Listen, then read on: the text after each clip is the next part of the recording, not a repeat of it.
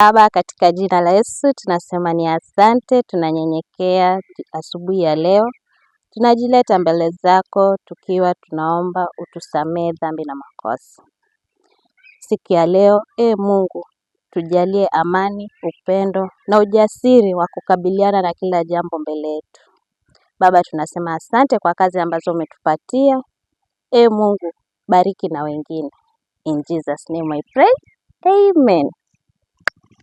Sasa tuko Vitengeni. Hii ni primary?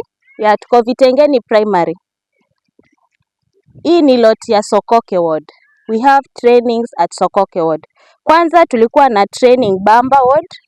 Tumekuwa na training zinaendelea Ganze ward. Tumeenda na nyinyi training pale Jaribuni na sasa tuko hapa Sokoke ward. Sokoke, wale wote wako hapa eneo ya Sokoke ward from different sectors wamekusanyika hapa ndani na wanaendelea na training. I say thank you for working with us through this process. Tumekuwa tukikata PDL na tukifanya introduction ya theory this week. So next week pia tunaendelea theory.